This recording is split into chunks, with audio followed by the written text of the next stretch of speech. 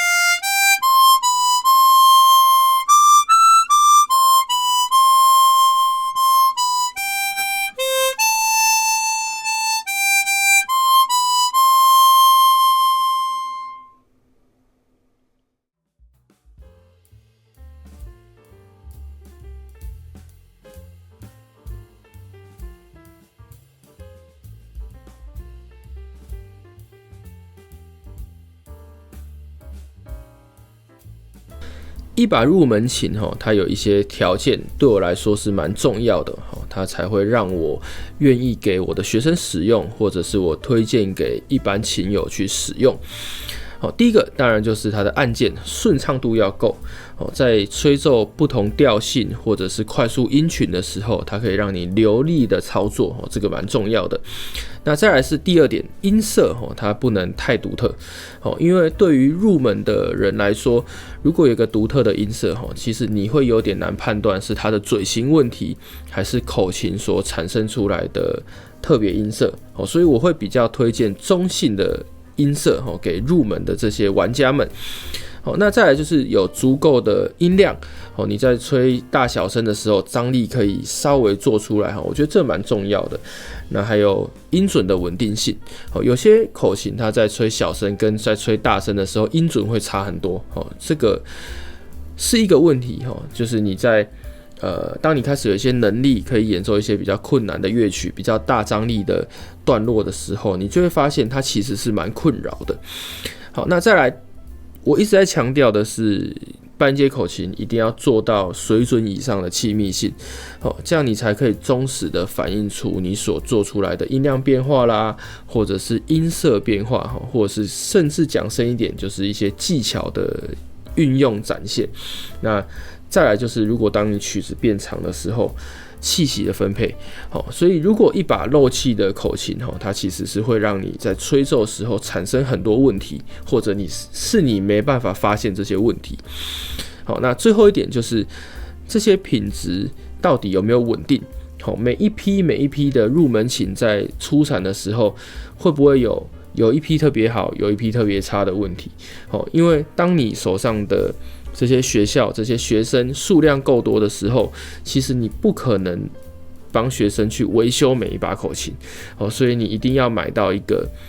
出厂品质是稳定的半音阶口琴。这些入门的琴款中，我每一把都把它带去我的实体教学，去感受一下这些琴的优点、缺点，以及它的音色的表现。那在2024年初的这个时间点上，我会推荐3把琴给你。第一把就是 JDR 的 GM0648，以及EastTop 的梦想者 2.0。好，那第3把是 Suzuki 的 XCX48。那这3把琴对于我来说，它都有足够好的气密性以及顺畅的按键，在演奏一些快速的音群的时候，不会有漏气的感觉，也不会有按键卡顿的感觉。